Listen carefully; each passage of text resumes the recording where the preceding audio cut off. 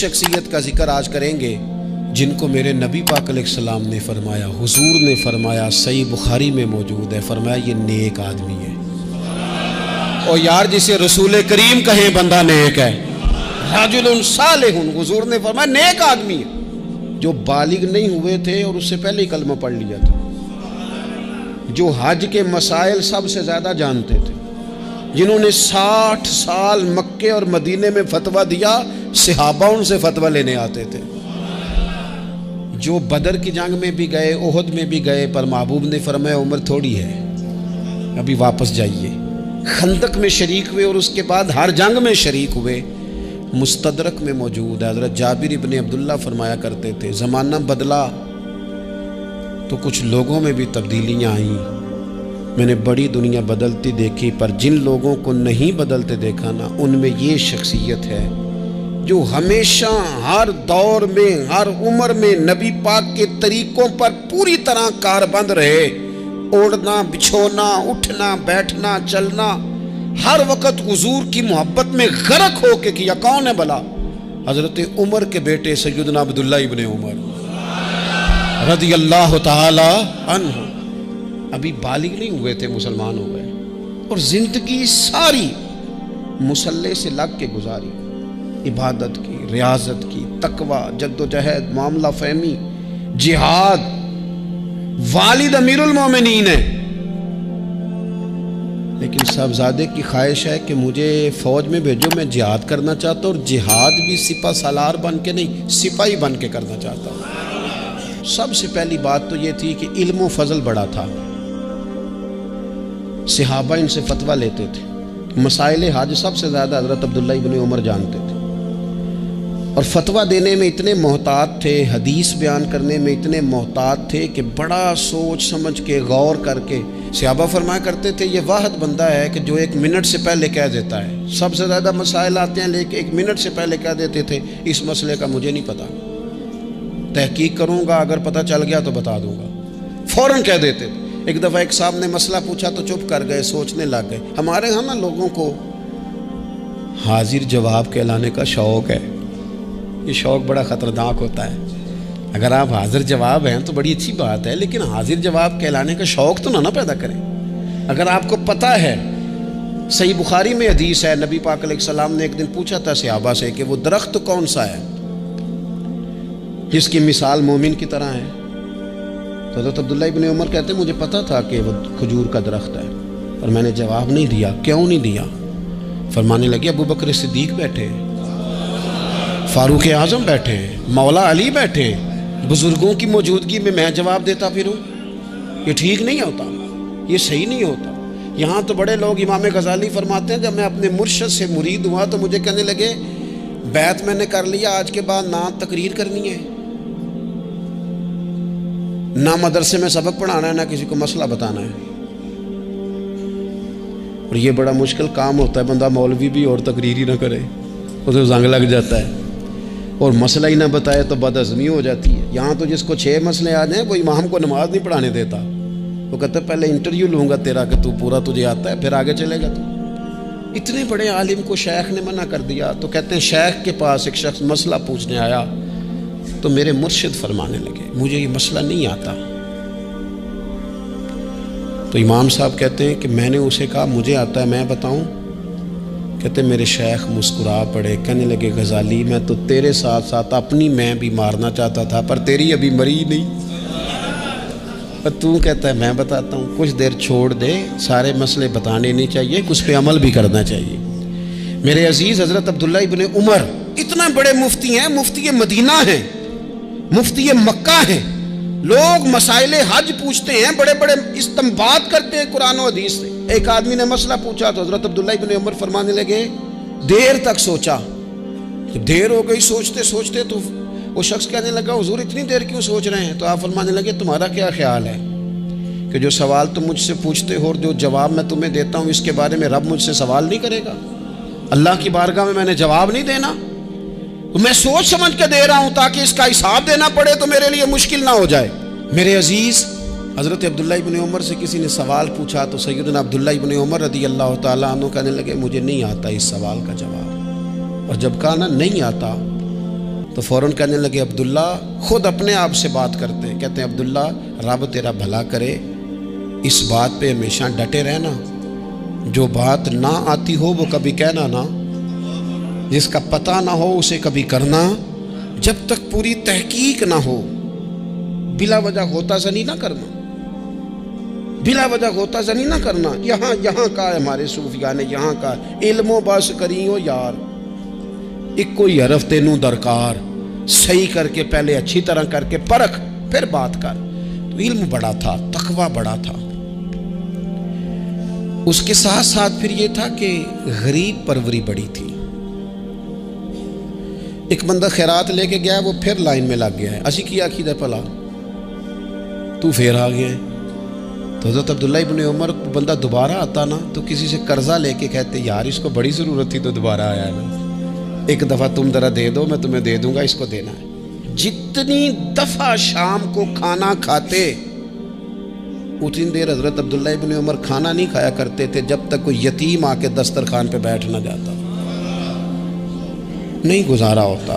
اور یار کیسے لوگ کھا لیتے ہیں، اعلیٰ غذائیں کھا رہے ہیں، اور ایک طرف ایک بہن مجبور بیٹھی ہے، بھائی مجبور بیٹھا ہے، سسرالی رشتہ داروں میں لوگ مجبور بیٹھے ہیں، عزیزوں میں لوگ مجبور بیٹھے ہیں، یتیم غریب مسکین، اور یہ روز نئے سے نیا ذائقہ، جب تک یتیم نہ ہوتا کھانا نہ کھاتے۔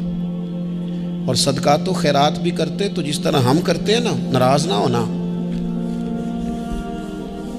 کبھی کبھی نا بعض لوگوں کو بانٹتے دیکھتے ہیں تو تکلیف ہوتی ہے، آپ نے دینا تو ہے تو اگر خوش دلی سے دے دیں، عطا تو کرنا ہے تو اگر چلو صحیح طریقے سے ہو جائے، ہنس کھیل کے ہو جائے، پریشان نہ کیا جائے سائل کو، تو کتنا اچھا ہے۔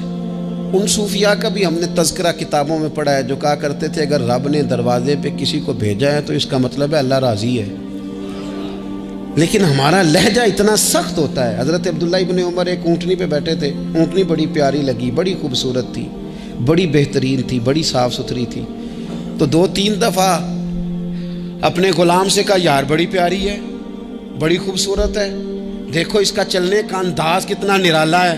آج کل بھی ڈرائیور گاڑی چلاتے ہیں تو کہتے ہیں بڑی ہلکی پھلکی ہے جی، بریکیں بھی بڑی ٹھیک ہیں جی اس کی، فلاں معاملہ بھی اس کا بڑا صحیح ہے۔ وہ اتنی پسند آئی اونٹنی تو اونٹنی سے اترتے ہی فوراً کہنے لگے اس کو نشان لگا کے قربانی کے جانوروں میں چھوڑ دو، یہ زیادہ پیاری ہے، اسے رب کے رستے میں خیرات کریں گے۔ کیوں؟ ایک باریک نکتہ صوفیاء نے بیان کیا ہے۔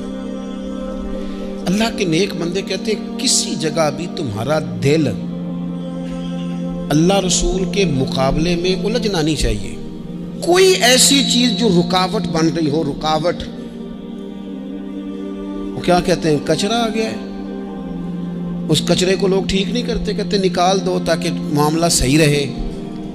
ایک چھوٹا سا باریک سا ہلکا سا دھاگے کی طرح کا ایک ٹکڑا اگر کسی وقت گوشت کا آپ کے دانت میں الجھ جائے نا، وہ سارا ذائقہ تباہ کر دیتا ہے۔ لوگ مختلف چیزیں لے کے خلال کرتے ہیں دانتوں کا تاکہ وہ نکل جائے، کیونکہ ذرا سی بھی چیز اگر کسی جگہ رکاوٹ بن جائے نا، آپ بڑا بہترین کھانا کھا رہے تھے، زبردست غذا آپ کھا رہے تھے، ایک صرف اس میں نا ہلکا سا دانہ ایسا ہے جو سخت تھا، کچرا آ گیا، روڑا آ گیا، تو وہ سارے کھانے کا ذائقہ تباہ کر دیتا ہے۔ بعض لوگ ایسے ہوتے ہیں کہ ایک بال نکل آئے نا کبھی کھانے میں سے تو کھانا چھوڑ دیتے ہیں، کہتے ہیں یار یہ سارا ذائقہ خراب ہو گیا۔ ہمارے ساتھ یہ ہوا ہے، یہ تو ہے نا دنیاوی معاملات، اسی طرح کا مسئلہ روحانی زندگی میں ہوتا ہے۔ کئی دفعہ نا ہم ماننے کو تیار نہیں ہوتے، لیکن ہمارے اوپر دولت کی محبت پوری طرح سوار ہوتی ہے، وہ سجدے میں ذوق آنے نہیں دیتی۔ شہرت کی محبت پوری طرح سوار ہوتی ہے، وہ درود و سلام کا، ذکر کا، عبادت کا ذائقہ لگنے نہیں دیتی۔ وہ جو کہا تھا نا والذین آمنوا اشد حبا للہ، ایمان والے سب سے بڑھ کر اللہ سے پیار کرتے ہیں، سب سے بڑھ کر رسول اللہ صلی اللہ علیہ وسلم سے محبت کرتے ہیں۔ کیوں کہا گیا تھا؟ اس لیے کہ ان محبتوں کے مقابلے میں ذرا بھی کوئی اور محبت آتی ہے روحانی ذائقہ خراب کر دیتی ہے، ہمارا دل نہیں لگتا، ہم بور ہوتے ہیں، ہم پریشان ہوتے ہیں۔ مسئلہ یہ ہے کہ جس دل میں صرف رب رسول کو ہونا چاہیے تھا وہاں شہرت آ گئی ہے، شہرت کی محبت آ گئی ہے، دکھاوا آ گیا ہے، مال آ گیا ہے، کئی قسم کے ہم نے بت معاذ اللہ اکٹھے کر لیے، اور پھر وہ ساری کیف مستی آئے، یہ کیسے ہو سکتا ہے؟ حضرت عبداللہ ابن عمر رضی اللہ تعالیٰ عنہ کے پاس ایک گدھا تھا. ہم پنجابی میں تو کہا کرتے تھے کہ بڑا ساؤ جانور ہے، بڑا دھیما ہے، بڑا اچھا ہے، سواری بھی کرتے تھے اس پہ، اس پر بوجھ بھی رکھتے تھے، اور بھی کئی کام، جانوروں کا چارہ بھی اس پہ رکھ کے لایا جاتا تھا. بہت سارے لوگ اس کی تعریف کرتے تھے کہ ظاہر ہے اس وقت یہ جانور ہر گھر کی ضرورت ہوتے تھے. لوگوں نے بڑی تعریف کی کہ جناب یہ گدھا بڑا اچھا ہے، بڑا عمدہ ہے. اب بعض چیزیں ایسی ہوتی ہیں جن سے دل لگ جاتا ہے. کچھ نوجوانوں نے گھروں میں بلی رکھی ہوتی ہے، گھوڑا رکھا ہوتا ہے، جانور رکھے ہوتے ہیں، ان کی پوری توجہ انہماک. ہم دیکھتے تھے دیہاتوں میں کہ بزرگ اگر کہیں چلے جاتے تھے سفر پہ تو وہاں سے بھی پیغام بھیجتے تھے کہ گائے کو چارہ ڈالا کہ نہیں، بھینس کو نکالا کہ نہیں، تم نے باڑے سے دھوپ چھاؤں کا خیال کیا کہ نہیں. وہ چیز ذہن میں آ جاتی تھی. حضرت عبداللہ ابن عمر رضی اللہ تعالیٰ عنہ وہ گدھا کیونکہ بڑا پیارا تھا، بڑا اچھا جانور تھا اور بڑے کام کرتا تھا، بہت سارے معاملات گھر کے اور کھیتی باڑی کے اس کے ذمے تھے، تو گھر والے بھی کہتے کہ اس جانور کی وجہ سے بڑی خیر ہے، بڑے کام ہو جاتے ہیں. آپ کا بھی خیال تھا. حضرت عبداللہ ابن عمر ایک دن گھوڑے سے نیچے اترے یا اس گدھے سے نیچے اترے تو خادم کو بلا کے کہنے لگے اسے لے جاؤ اور بیچ کے پیسے اللہ کے راستے میں خیرات کر دو. اب وہ خادم کا بھی اس سے دل لگ گیا تھا، جانور گھر میں ہوتا ہے دلچسپی ہو جاتی. کہنے لگا حضور وہ سارا محلہ تو اس کی تعریف کرتا ہے، سارے خاندان والے تو اس جانور سے دلچسپی رکھتے ہیں اور آپ بیچ رہے ہیں. آپ فرمانے لگے جس طرح سب کا دل اس کی طرف ہے نا کہ اچھا جانور ہے، میرا بھی ہو گیا ہے، لیکن میں اپنے دل کو سوائے رب رسول کے کسی اور طرف ہوتا دیکھ نہیں سکتا. اعظم بلا سے اپنی وہ ہستی ہی کیوں نہ ہو، اعظم بلا سے اپنی وہ ہستی ہی کیوں نہ ہو. جو چیز اس کی راہ میں حائل ہو پھونک دو، جلا دو ایسی ساری چیزیں جو ان کے راستے میں آتی ہیں. فرمایا اس کی طرف توجہ ہونے لگی ہے، لہٰذا میں اسے اب رکھ سکتا. مزاج تھا، طبیعت تھی، طریقہ اس طرح کا تھا کہ وہ. پھر ایک اور بات بڑی خوب تھی، حضرت عبداللہ ابن عمر ان لوگوں کی پذیرائی بڑی کرتے تھے جو خیر کا کام کرتے تھے. دینی کام کوئی بندہ بھی کرے اس کی پذیرائی ہو، اس کی تعریف ہو، خیر کے جملے ہوں تاکہ دینداری پھیلے. حضرت عبداللہ ابن عمر رضی اللہ تعالیٰ عنہ کو نا غلام آزاد کرانے کا بڑا شوق تھا. دیکھیں ایک بندہ کسی نے خرید لیا ہے، وہ اس کا پابند ہے، بڑی تکلیف میں ہوتے تھے لوگ. غلام 1000 سے زیادہ غلام آپ نے آزاد کرائے تو آپ جب غلام خریدتے تھے نا تو نظر کرتے تھے جو غلام ذرا زیادہ نمازیں پڑھتا اسے آزاد کر دیتے. تو غلاموں نے اس طرح کیا، انہیں پتہ چل گیا، انہوں نے بھی نا لمبی لمبی نمازیں شروع کر دی. تو حضرت عبداللہ ابن عمر کو پتہ چلتا، آزاد کر دیتے. ایک دن آپ کے بیٹے کہنے لگے حضور یہ آپ کو دھوکہ دیتے ہیں، لمبی لمبی نمازیں پڑھتے ہیں، آپ آزاد کر دیتے ہیں، بعد میں پتہ نہیں 5 بھی پوری پڑھتے ہیں کہ نہیں پڑھتے. تو حضرت عبداللہ ابن عمر کہنے لگے پتر تیرا کیا خیال ہے، مجھے نہیں پتہ.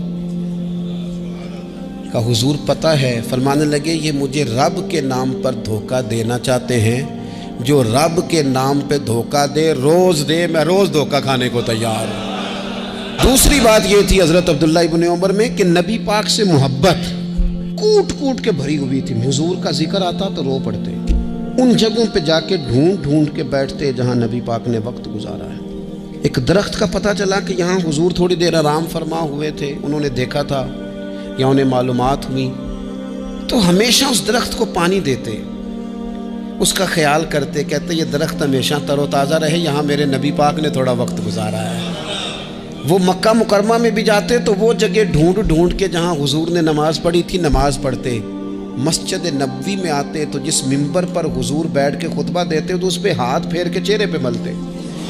حضور کی قبر انور پر حاضری دیتے، السلام علیکہ یا رسول اللہ کہہ کے اس بارگاہ عالی مرتبت میں حاضری دیتے. حضرت صدیق اکبر کو سلام کرتے، حضرت عمر کو سلام کرتے. پیر سن ہو گئے ایک دفعہ چلتے چلتے تو کسی نے کہا جس سے سب سے زیادہ پیار ہے نا اسے پکارو، پیر ٹھیک ہو جائے گا. تو فوراً کہنے لگے یا محمد صلی اللہ علیہ. اور یہ امام بخاری نے لکھا ہے الادب المفرد میں، خود امام بخاری لکھتے ہیں کہ حضرت عبداللہ ابن عمر نے یا محمد کہا اور ان کا پیر سویا ہوا ٹھیک ہو گیا. یہ لوگ بڑی محبت کرنے والے. آپ فرمایا کرتے تھے شاید زندگی میں لوگوں نے کسی سے اتنا پیار کیا ہو جتنا نبی پاک علیہ السلام کے غلاموں نے مجھ سے کیا ہے. ہر وقت لوگ ان کے گرد رہتے، لوگ محبت کرتے۔ حجاج بن یوسف جب حکمران بنا نا تو بڑا ظالم تھا، اس کو یہ بات اچھی نہیں لگتی تھی کہ ہر وقت لوگ حضرت عبداللہ ابن عمر کے پیچھے گھومیں۔ بادشاہوں کا خیال ہوتا ہے نا، بادشاہ ہم، میں تو پروٹوکول کوئی اور لے کے جا رہا ہے۔ اس نے ایک دفعہ جمعہ پڑھاتے پڑھاتے معاذ اللہ حضرت عبداللہ بن زبیر رضی اللہ تعالیٰ عنہ کے خلاف کوئی بات کی، تو حضرت عبداللہ ابن عمر اگرچہ بڑے صلح جو تھے، صلح پسند تھے، لیکن اگر حق کی بات ہوتی اور اس طرح سے ہوتی کہ کوئی بڑی غلط بات کرتا تو پھر ٹوکنے میں بھی بڑی جرت کا مظاہرہ کرتے۔ ایک دفعہ اہل کوفہ نے آپ سے مسئلہ پوچھا نا، چونکہ آپ مفتی تھے، لوگ مسئلے پوچھتے، تو انہوں نے پوچھا حضرت عبداللہ ابن عمر سے کہ مکھی اور مچھر کا خون لگ جائے تو اس کا کیا مسئلہ ہے، کپڑے ناپاک تو نہیں ہوتے؟ تو سوال کا جواب دینا چاہیے تھا نا، ہوتے ہیں کہ نہیں ہوتے؟ تو فرمانے لگے حسین ابن علی کا خون بہا کے اب مکھیوں کے خون کے مسئلے پوچھنے شروع کر دیے۔ اب تمہیں یہ والا خون نظر آنے لگا ہے؟ حضور کی اولاد پاک کو شہید کر کے اب ان مسئلوں میں آئے ہو؟ میں خیال نہیں آتا تمہارے دلوں میں گھٹن ہے حضور کی اولاد کے لیے اور دین کے مسئلے پوچھتے ہو؟ جاؤ پہلے کشادگی پیدا کرو، تیری نسل پاک میں ہے بچہ بچہ نور کا، تو ہے عین نور تیرا سب گھرانہ نور کا، پہلے کشادگی لاؤ حضور کی اولاد پاک کے لیے، پھر مسائل پوچھنا۔ حجاج بن یوسف نے کوئی بات کر دی، آپ نے ٹوک دیا، آپ نے ٹوک دیا، تو پھر حجاج نے سازش کی۔ اوہو، اللہ والوں کے خلاف جو سازشیں ہوتی ہیں بڑی گہری ہوتی ہیں، بڑی سخت ہوتی ہیں، بڑے جال بنے جاتے ہیں، بڑا حسد کیا جاتا ہے، بڑی تکلیف دی جاتی ہے۔ اللہ قرآن میں کہتے ہیں محبوب یہ لوگ تجھ سے حسد کرتے ہیں، حسد من عند انفسہم، ان کے دلوں میں تیرے لیے حسد ہے، حسد کرتے ہیں لوگ، دور تک نکل جاتے ہیں حاسدین۔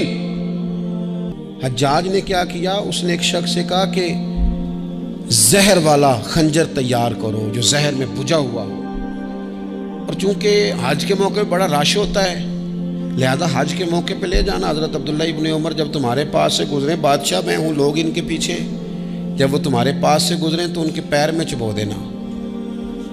جب لوگوں نے ایسے عالی مرتبت لوگوں کو نہیں بخشا، اتنے بڑے لوگ محفوظ نہیں رہے تو ہمہ چما کس کھاتے میں؟ آج کس بات کا شکوہ کرنا؟ حضرت عبداللہ ابن عمر اس کے پاس سے گزرے تو اس نے پیر میں چبو دیا خنجر، وہ زہر آپ کے جسم میں پھیلا۔ جب شدید بیمار ہوئے تو حجاج تیمارداری کرنے چلا گیا۔ یہ دیکھو، یہ دیکھو، دوستی قاتل سے بھی مقتول سے یارانہ بھی، خود چلا گیا اور جا کے کہنے لگا جی اگر مجھے پتہ چل جائے نا کہ آپ کو کس نے یہ زخم دیا ہے تو میں سخت انتقام لوں گا۔ تو حضرت عبداللہ ابن عمر نے بھی بڑا منطقی جواب دیا، فرمانے لگے مجھے اسی نے زخم دیا ہے جس نے حج کے موقع پر کسی کو خنجر لانے کا مشورہ دیا تھا، اسی نے مجھے زخم دیا ہے۔ گویا فرمانے لگے ظالم تو خود ہی یہ کام کرتا ہے اور خود ہی تو تیمارداریاں کرتا ہے۔ حضرت عبداللہ ابن عمر شہید ہو گئے، مکہ مکرمہ میں آپ کا مزار بنا دیا گیا۔ تقریباً 1500 کے لگ بھگ 1600 کے لگ بھگ آپ سے احادیث مروی ہیں۔ زندگی حسین گزاری، حضور کی خوشبوئیں ہر وقت آتی رہیں۔ حضرت عائشہ صدیقہ، حضرت حذیفہ، حضرت جابر بن عبداللہ، یہ تینوں جلیل القدر لوگ کہا کرتے تھے حضور کے بعد زمانے کی تبدیلی سے بڑے لوگ تبدیل ہوئے، لیکن جو لوگ حضور کے طریقوں پر پوری طرح قائم رہے ان میں بڑا نام حضرت عبداللہ ابن عمر کا ہے، بڑا نام۔ رات بھر عبادت کرتے اور دن کو ظہر سے عصر تک اللہ کی یاد میں مصروف رہتے۔